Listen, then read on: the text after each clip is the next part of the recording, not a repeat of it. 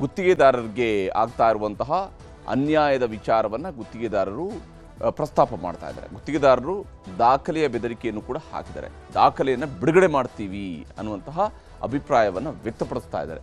ರಾಜ್ಯ ಸರ್ಕಾರಕ್ಕೆ ಮತ್ತೆ ಬಿಸಿ ಮುಟ್ಟಿಸಿದ್ದಾರೆ ಗುತ್ತಿಗೆದಾರರು. ರಾಜ್ಯ ಗುತ್ತಿಗೆದಾರರ ಸಂಘ ಅವರು ಈ ಒಂದು ಬೆದರಿಕೆಯನ್ನು ಹಾಕಿದ್ದಾರೆ. ಹಿಂದೆ ಇದೇ ಕರ್ನಾಟಕ ಕಾಂಟ್ರಾಕ್ಟರ್ಸ್ ಅಸೋಸಿಯೇಷನ್ ರಿಜಿಸ್ಟರ್ಡ್, ಅದೊಂದು ರಿಜಿಸ್ಟರ್ಡ್ ಆರ್ಗನೈಸೇಷನ್ ಅಂತ ಹೇಳ್ಕೊಂಡು ಸಿದ್ದರಾಮಯ್ಯನವರು ಭಾಷಣ ಮಾಡ್ತಾ ಇದ್ರು. ಬಿಜೆಪಿ ವಿರುದ್ಧ 40% ಕಮಿಷನ್ನ ಆರೋಪ ಬಂದಾಗ ಇದೇ ಗುತ್ತಿಗೆದಾರರ ಸಂಘದ ಅಂದಿನ ಅಧ್ಯಕ್ಷರಾಗಿದ್ದ ಕೆಂಪಣ್ಣವರು ಆರೋಪವನ್ನು ಮಾಡಿದರು. ಈಗ ಬಾಳ್ಕಿ ಉಳಿಸಿಕೊಂಡಿರುವ ಹಣ ರಿಲೀಸ್ ಮಾಡುವಂತೆ 8 ಇಲಾಖೆಗಳ ಸಚಿವರಿಗೆ ಪತ್ರವನ್ನು ಬರೆದಿದ್ದಾರೆ. ಈಗಿನ ಗುತ್ತಿಗೆದಾರರ ಸಂಘದ ಅಧ್ಯಕ್ಷರು, ಅವರ ಗೌರವಾಧ್ಯಕ್ಷರು ಮತ್ತು ಅದರ ಮಂಡಳಿಯ ಸದಸ್ಯರುಗಳು ಪತ್ರ ಬರೆದಿದ್ದಾರೆ. ಹಣ ರಿಲೀಸ್ ಆಗದಿದ್ರೆ ಮಾರ್ಚ್ 5ರಿಂದ ಎಲ್ಲ ಇಲಾಖೆಗಳ ಕಾಮಗಾರಿಯನ್ನು ಸ್ಥಗಿತಗೊಳಿಸ್ತೀವಿ ಅಂತ ಹೇಳಿದ್ದಾರೆ. ಕಾಮಗಾರಿಗಳನ್ನ ಸ್ಥಗಿತ, ಅದೊಂದು ಹೋರಾಟದ ಭಾಗ ಅಂತ ಹೇಳಿ ಅದನ್ನು ಪರಿಗಣಿಸಬಹುದು. ಆದರೆ ನಗರಾಭಿವೃದ್ಧಿ ಇಲಾಖೆಯಲ್ಲಿ ಇದೇ ಸಂದರ್ಭದಲ್ಲಿ ಅವರು ಹೇಳ್ತಿದ್ದಾರೆ, ನಗರಾಭಿವೃದ್ಧಿ ಇಲಾಖೆಯಲ್ಲಿ ಮಧ್ಯವರ್ತಿಗಳ ಹಾವಳಿಯನ್ನ ತಪ್ಪಿಸಬೇಕು. ನಗರಾಭಿವೃದ್ಧಿ ಇಲಾಖೆಯಲ್ಲಿ ಮಧ್ಯವರ್ತಿಗಳ ಹಾವಳಿಯನ್ನ ತಪ್ಪಿಸಬೇಕು. ಅಂದ್ರೆ ನಗರಾಭಿವೃದ್ಧಿ ಇಲಾಖೆಯಲ್ಲಿ ಮಧ್ಯವರ್ತಿಗಳ ಹಾವಳಿ ವಿಪರೀತ ಇದೆ ಅನ್ನುವಂತಹದ್ದನ್ನ ಗುತ್ತಿಗೆದಾರರು ಹೇಳ್ತಾ ಇದ್ದಾರೆ. ಗುತ್ತಿಗೆದಾರರ ಸಭೆ ಕರೆದು ಸಮಸ್ಯೆಗಳ ಬಗೆಹರಿಸಬೇಕು ಅಂತೇಳಿ ಅವರು ಆಗ್ರಹಿಸಿದ್ದಾರೆ. ಸರ್ಕಾರವನ್ನ ಕೇಳಿದ್ದಾರೆ. ಗುತ್ತಿಗೆದಾರರ ಸಭೆ ಕರಿಬೇಕು, ಗುತ್ತಿಗೆದಾರರ ಸಂಘದವರ ಸಭೆ ಕರಿಬೇಕು, ಆ ಸಭೆಯನ್ನು ಕರೆದು ಸಮಸ್ಯೆಗಳನ್ನು ಬಗೆಹರಿಸಬೇಕು ಅನ್ನುವಂಥ ಆಗ್ರಹವನ್ನು ಮಾಡಿದ್ದಾರೆ. ಮುಖ್ಯಮಂತ್ರಿಯವರು ಸಭೆ ಕರೀಲಿಲ್ಲ ಅಂದ್ರೆ ದಾಖಲೆಗಳ ಸಮೇತ ಹೋರಾಟದ ಎಚ್ಚರಿಕೆಯನ್ನು ಕೊಟ್ಟಿದ್ದಾರೆ. ಇವರು ಕೇವಲ ಕಾಮಗಾರಿ ಸ್ಥಗಿತಗೊಳಿಸುವುದು ಮಾತ್ರ ಅಲ್ಲ, ದಾಖಲೆಗಳ ಸಮೇತ ಹೋರಾಟದ ಎಚ್ಚರಿಕೆಯನ್ನು ಕೊಟ್ಟಿದ್ದಾರೆ. ಇದೇ ಇರುವಂಥದ್ದು ಇಲ್ಲಿ ವಿಚಾರ. ಯಾಕಂದ್ರೆ ಈಗ ದಾಖಲೆಗಳವರ ಕೈಯಲ್ಲಿ ಇದೆ ಅಂತ ಹೇಳಿದ್ರೆ ಅದನ್ನ ಜನರ ಮುಂದೆ ಇಡಬೇಕು. ಯಾಕಂದ್ರೆ ಸರ್ಕಾರದಲ್ಲಿ ನಿಜಕ್ಕೂ ಕೂಡ ಆ ರೀತಿಯಾಗಿ ಕಮಿಷನ್ ದಂಧೆ ನಡೀತಾ ಇದೆಯಾ ಅನ್ನೋಂಥ ಬಯಲುಗಿಳಿಯುವಂಥದಕ್ಕೆ ಪೂರ್ಣ ಅಧಿಕಾರ ಅವ್ರಿಗೆ ಇದ್ದೇ ಇದೆ. ಆದರೆ ಅದು ಆಗುತ್ತಾ ಪ್ರಶ್ನೆ ಇರುತ್ತಿದೆ. ಈಗ ಯಾವ್ಯಾವ ಇಲಾಖೆಯಿಂದ ಎಷ್ಟೆಷ್ಟು ಬಾಕಿ ಇದೆ ಅನ್ನೋಂಥ ನೋಡ್ತಾ ಹೋಗೋದಿದ್ರೆ ಲೋಕೋಪಯೋಗಿ ಇಲಾಖೆಯಿಂದ 8,370 ಕೋಟಿ ರೂಪಾಯಿಗಳು ಬಾಕಿ ಇದೆ ಅಂತೇಳಿ ಗುತ್ತಿಗೆದಾರರು ಹೇಳ್ತಾ ಇದ್ದಾರೆ. ಜಲಸಂಪನ್ಮೂಲ ಇಲಾಖೆ ಅದಕ್ಕಿಂತ ಜಾಸ್ತಿ ಇರೋದು. ಜಲಸಂಪನ್ಮೂಲ ಇಲಾಖೆಯಿಂದ 13,000 ಕೋಟಿ ರೂಪಾಯಿಗಳಷ್ಟು ಹಣ ಬಾಕಿ ಉಳಿದಿದೆ. ಅದು ಉಪಮುಖ್ಯಮಂತ್ರಿಗಳ ಇಲಾಖೆ ಆಯಿತು, ಜಲಸಂಪನ್ಮೂಲ ಇಲಾಖೆ. ಲೋಕೋಪಯೋಗಿ ಇಲಾಖೆ ಸತೀಶ್ ಜಾರಕಿಹೊಳಿ ಅವರ ಇಲಾಖೆ ಆಯಿತು. ನಾವು RDPR ಪ್ರಿಯಾಂಕ್ ಖರ್ಗೆ ಅವರ ಇಲಾಖೆ 3,800 ಕೋಟಿ ರೂಪಾಯಿ. ಸಣ್ಣ ನೀರಾವರಿ 3,000 ಕೋಟಿ ರೂಪಾಯಿ. ಹೀಗೆ ಕೋಟಿಗಳ ಲೆಕ್ಕವನ್ನು ಅವರು ಮುಂದಿಡ್ತಿದ್ದಾರೆ. ಇಷ್ಟು ಹಣ ಬಾಕಿ ಉಳಿಸ್ಕೊಂಡಿದ್ದಾರೆ ಅನ್ನುವಂಥದ್ದು. ಇನ್ನು ನಗರಾಭಿವೃದ್ಧಿ ಇಲಾಖೆಯಿಂದ 2,000 ಕೋಟಿ ರೂಪಾಯಿ ಅಷ್ಟು ಬಾಕಿ ಇದೆ. ವಸತಿ ಮತ್ತು ವಕ್ಫ್ ಇಲಾಖೆಯಿಂದ 2,600 ಕೋಟಿ ರೂಪಾಯಿಗಳ ಬಿಲ್ ಅನ್ನ ಬಾಕಿ ಉಳಿಸ್ಕೊಂಡಿದ್ದಾರೆ ಅಂತ ಲೆಕ್ಕ ಕೊಟ್ಟಿದ್ದಾರೆ. ಕಾರ್ಮಿಕ ಇಲಾಖೆಯಿಂದ 2,000 ಕೋಟಿ, GBAದಿಂದ 2,600 ಕೋಟಿ ರೂಪಾಯಿಗಳ ಹಣ ಬಾಕಿ ಉಳಿದಿದೆ. GBA ವ್ಯಾಪ್ತಿಯಲ್ಲಿ ಕಾಮಗಾರಿಯಿಂದ 2,600 ಕೋಟಿ ರೂಪಾಯಿ ಬಾಕಿ ಉಳಿದಿದೆ ಅನ್ನುವಂಥ ಆರೋಪವನ್ನು ಮಾಡ್ತಾರೆ. ಹತ್ರ 36-37 ಸಾವಿರ ಕೋಟಿ ರೂಪಾಯಿಯಷ್ಟು ಹಣ ಬೇರೆ ಬೇರೆ ಇಲಾಖೆಗಳಿಂದ ಬಾಕಿ ಉಳಿದಿದೆ ಗುತ್ತಿಗೆದಾರರಿಗೆ ಪೇಮೆಂಟ್ ಆಗೋದಿಕ್ಕೆ. ಹಾಗಾದ್ರೆ ಇಲ್ಲಿರುವಂಥದ್ದು ಈ ವಿಚಾರಕ್ಕೆ ಸಂಬಂಧಪಟ್ಟಂತೆ ಇರುವಂಥದ್ದು ಕಮಿಷನ್ ಕಾಟ ಹಾಗಾದ್ರೆ ಇಲ್ಲಿ ಶುರುವಾಗಿದೆಯಾ?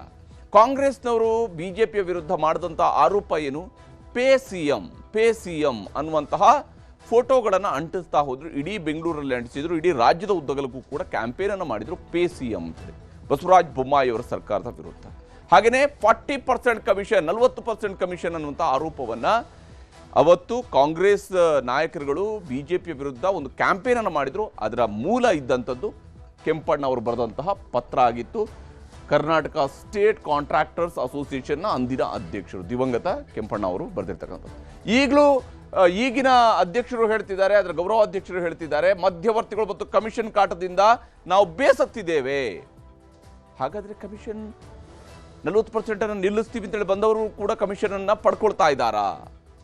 ಮಾರ್ಚ್ 5ರಂದು ಸಂಪೂರ್ಣ ದಾಖಲೆಗಳನ್ನು ಬಿಡುಗಡೆ ಮಾಡ್ತೀವಿ ಅನ್ನುವಂಥ ಎಚ್ಚರಿಕೆಯನ್ನು ಕೊಟ್ಟಿದ್ದಾರೆ. ಅದಕ್ಕೆ ಅದು ಯಾಕೆ ಬೇಕಾಗಿ ಮಾರ್ಚ್ 5ರ ಗಡುವು ಕೊಟ್ಟಿದ್ದಾರೆ, ಅಷ್ಟು ಸುದೀರ್ಘ ಅವಧಿಯ ಗಡುವು ಕೊಟ್ಟಿದ್ದಾರೆ ಗೊತ್ತಿಲ್ಲ. ಅಂದರೆ ಅದಕ್ಕಿಂತ ಮುಂಚಿತವಾಗಿ ಇವರಿಗೆ ಹಣ ಬಿಡುಗಡೆ ಮಾಡಿದರೆ ಇವ್ರು ಯಾವುದೇ ದಾಖಲೆ ಬಿಡುಗಡೆ ಮಾಡೋರು ಅಲ್ವಾ? ಆವಾಗ ಈ ಕಮಿಷನ್ಗಳೆಲ್ಲ ಓಕೆನಾ? ಹಾಗಾದ್ರೆ ಯಾವ ಇಲಾಖೆಯಲ್ಲಿ ಎಷ್ಟು ಕಮಿಷನ್ ಇದೆ ಅನ್ನೋದರ ಮಾಹಿತಿಯನ್ನು ಬಹಿರಂಗಪಡಿಸ್ತೀವಿ ಅಂತ ಹೇಳ್ತಾ ಇದ್ದಾರೆ. ಇದೊಂದು ರೀತಿಯಲ್ಲಿ ನಿಜಕ್ಕೂ ಇವರು ಕಮಿಷನ್ ದಾಖಲೆ ಇದ್ರೆ ಅದನ್ನು ಯಾಕೆ ಕೊಡ್ತಾ ಇಲ್ಲ ಸಾರ್ವಜನಿಕರಿಗೆ, ಅದನ್ನು ಯಾಕೆ ಬಹಿರಂಗಪಡಿಸ್ತಾ ಇಲ್ಲ ಅನ್ನುವಂಥ ಪ್ರಶ್ನೆಯೂ ಬರುತ್ತೆ. ಟೇಬಲ್ ಟು ಟೇಬಲ್ ಎಷ್ಟು ಪರ್ಸೆಂಟೇಜ್ ಎಂಬುದರ ಮಾಹಿತಿಯನ್ನು ನೀಡ್ತೀವಿ ಅನ್ನುವಂಥ ಎಚ್ಚರಿಕೆಯನ್ನು ಕೊಟ್ಟಿದ್ದಾರೆ. ಆ ಎಚ್ಚರಿಕೆಯನ್ನು ಕೊಡೋದಲ್ಲ, ಅದಕ್ಕೆ ಡೆಡ್ಲೈನ್ ಕೊಡಬೇಕಾದ ಅವಶ್ಯಕತೆಯೂ ಕೂಡ ಇಲ್ಲ. ಖಂಡಿತವಾಗ್ಲೂ ಕೂಡ ಈ ವಿಚಾರದಲ್ಲಿ ಅವರು ಲೋಕಾಯುಕ್ತಕ್ಕೆ ಕಂಪ್ಲೇಂಟನ್ನು ಕೊಟ್ಟು ಈ ರೀತಿಯ ಭ್ರಷ್ಟಾಚಾರ ನಡೀತಾ ಇದೆ ಅನ್ನೋದನ್ನು ಹೇಳಬೇಕಾದ್ರೆ ಅವ್ರ ಜವಾಬ್ದಾರಿ, ಯಾಕಂದ್ರೆ ಅವರು ಜವಾಬ್ದಾರಿಯುತ ಸ್ಥಾನದಲ್ಲಿರುವಂಥವರು, ಒಂದು ರಿಜಿಸ್ಟರ್ಡ್ ಆರ್ಗನೈಸೇಷನ್ ಕೂಡ. ಸಚಿವರ ಪ್ಯಾಕೇಜ್ ಸಿಸ್ಟಮ್ ಟೆಂಡರ್ಗೂ ಕೂಡ ಗುತ್ತಿಗೆದಾರರು ಬೇಸರವನ್ನು ವ್ಯಕ್ತಪಡಿಸಿದ್ದಾರೆ. ಯಾವ್ಯಾವ ಸಚಿವರುಗಳು ಪ್ಯಾಕೇಜ್ ಸಿಸ್ಟಮ್ನಲ್ಲಿ ಟೆಂಡರ್ ಕರೀತಾ ಇದ್ದಾರೆ ಅಂತ ಹೇಳಿ ಕೂಡ ಗುತ್ತಿಗೆದಾರರು ಬೇಸರವನ್ನು ಹೊರಹಾಕಿದ್ದಾರೆ. ಈ ವಿಚಾರದಲ್ಲಿ ರಾಜ್ಯ ಗುತ್ತಿಗೆದಾರರ ಸಂಘದವರು ಏನೇನು ಹೇಳ್ತಿದ್ದಾರೆ ಅನ್ನೋದನ್ನು ನಿಮ್ಗೆ ತೋರಿಸ್ತೀನಿ. ಬಿಡುಗಡೆ ಮಾಡ್ತಾರೆ, ಬಟ್ ಅದೇ ಅವ್ರು ಬಿಡುಗಡೆ ಮಾಡೋದು 5% 10% ನಮಗೇನು ಉಪಯೋಗ ಬರೋಲ್ಲ. ನಾನು ಹೇಳಿದ್ನಲ್ಲ, ಫಾರ್ ಎಕ್ಸಾಂಪಲ್ 1 ಕೋಟಿ ಬಂದರೆ 1 ಕೋಟಿ ಪೆಂಡಿಂಗ್ ಬಿಲ್ ಇದ್ದರೆ 10 ಲಕ್ಷ ಮಾಡಿದರೆ ಯಾರಿಗೆ ಕೊಡ್ತೀರಾ ಸ್ವಾಮಿ? ಬ್ಯಾಂಕ್ನವ್ರು ಅರ್ಧ ಅಲ್ಲೇ ಆಟೋಮೆಟಿಕಲಿ ಜಮಾ ಆಗ್ಬಿಡ್ತದೆ ಬ್ಯಾಂಕ್ನಲ್ಲಿ. ಮಿಕ್ಕಿದ್ನ ಸಾಲ ಕೊಡೋಕ್ಕಾಗಲ್ಲ, ಇಟ್ಟಿರೋ ಒಡವೆ ಬಿಡಿಸೋಕ್ಕಾಗಲ್ಲ, ಇಟ್ಟಿರೋ ಮನೆಗಳು ಬಿಡಿಸ್ಕೊಳಕ್ಕಾಗಲ್ಲ. ಆಮೇಲೆ ನೆಕ್ಸ್ಟ್ ನಾನು ಕೆಲಸ ಮಾಡ್ಬೇಕಲ್ಲ, ನಾನು ವೃತ್ತಿ ಬಾಂಧವ, ನಮ್ಮ ವೃತ್ತಿ ಬಾಂಧವರು ನೆಕ್ಸ್ಟ್ ಕೆಲಸ ಮಾಡೋದಕ್ಕೆ ನಮಗೆ ದುಡ್ಡು ಬೇಕಲ್ಲ. ಆಮೇಲೆ ನಗರಾಭಿವೃದ್ಧಿ ಇಲಾಖೆದು ಮಾತ್ರ ನಮ್ಗೆ ಯಾವುದಕ್ಕೂ ನಮ್ಮ ಫೋನ್ ಆಗಲಿ, ಮೆಸೇಜ್ ಆಗಲಿ, ನಮ್ಮ ಇದಕ್ಕಾಗಲಿ, ಲೆಟ್ರಿ ಆಗಲಿ ಅವರು ಸ್ಪಂದಿಸ್ತಾ ಇಲ್ಲ. ಅಲ್ಲೇ ಮಧ್ಯವರ್ತಿಗಳ ಕಾಟ, ಅಲ್ಲೇ ಪ್ಯಾಕೇಜ್ ಸಿಸ್ಟಮ್ ನಡೀತಿರೋದು. ಈ ಹಿಂದೆ ಕೊಡ್ತಿದ್ದಂಥ ಕಮಿಷನ್ಗಿಂತ ಜಾಸ್ತಿ ಕೊಡ್ಬೇಕಾ ಈಗ? ಇದು ಅನಿವಾರ್ಯನಾ? ಇದು ಹಣ ಬಿಡುಗಡೆ ಅನಿವಾರ್ಯ ಎಲ್ಲ ಇಲಾಖೆಗಲ್ಲ, ಕೆಲವು ಇಲಾಖೆಗಳು ಇದೆ. ಅದೇ ತಪ್ಪು ನಾವು CM ಹೇಳೋಣ ಅಂತ ಮೀಟಿಂಗ್ ಕರೀರಿ ಸ್ವಾಮಿ ಎಲ್ಲ ಹೇಳ್ತೀವಿ ಅಂತ ನಾವು. ಮಾನ್ಯ ಮುಖ್ಯಮಂತ್ರಿಗಳು ಅರ್ಥ ಮಾಡ್ಕೋಬೇಕು, ನಾವೆಲ್ಲ ಹೆಂಗೆ ಸಾಧ್ಯ? 10% 15% ಕೊಟ್ಟರೆ ನಮ್ಮ ಪ್ರಾಬ್ಲಮ್ ಸಾಧ್ಯ. ಫಾರ್ ಎಕ್ಸಾಂಪಲ್ ಇವ್ರದ್ದು 2 ಕೋಟಿ ಪೆಂಡಿಂಗ್ ಬಿಲ್ ಇದೆ, ಇವ್ರಿಗೇನು ಗೊತ್ತಾ, ಅಟ್ಲೀಸ್ಟ್ 1 ಕೋಟಿ 50% ಬೇಡ. ಈಗ ಅಲ್ಲೇ ನಾವು ಕಾದ್ವಿ 50 ಕೊಡಿ 25 ಕೊಡಿ ಅಂತಲೂ ಎಲ್ಲ ಹೇಳಿದ್ವಿ. ಆದರೆ ಕೊನೆಗೆ ಏನು ಮಾಡಿದರು, 2 ವರ್ಷ ಸುಮ್ಮನೆ ತಳ್ಳಿದರು. ಅದಕ್ಕೆ ಈಗ ನಮ್ಮದು ಸಹನೆ ಕಟ್ಟೆ ಹೊಡೆದಿದೆ. ಈಗ ನಮ್ಗೆ ಮೂಲ ಇರೋದೇ ನಮಗೇನು ಗೊತ್ತಾ, ನಿಮ್ಮ ಮಾಧ್ಯಮದ ಮುಖಾಂತರ ನಾವು ಪ್ರೆಸ್ ಮೀಟು, ಅದೂ ಇಲ್ಲ ಅಂದರೆ ಹೋರಾಟ, ಇಷ್ಟೇ ಸ್ವಾಮಿ. ಓಕೆ, ಈಗ ಇವರು ಹೋರಾಟದ ಎಚ್ಚರಿಕೆಯನ್ನು ಕೊಟ್ಟಿದ್ದಾರೆ, ದಾಖಲೆ ಬಿಡುಗಡೆ ಮಾಡುವಂತಹ ಬೆದರಿಕೆಯನ್ನು ಕೂಡ ಹಾಕಿದ್ದಾರೆ. ಆದರೆ ಇದಕ್ಕೆ ಸರ್ಕಾರ ಹೇಗೆ ಸ್ಪಂದಿಸುತ್ತೆ ಅನ್ನೋದನ್ನು ನೋಡಬೇಕಾಗಿದೆ.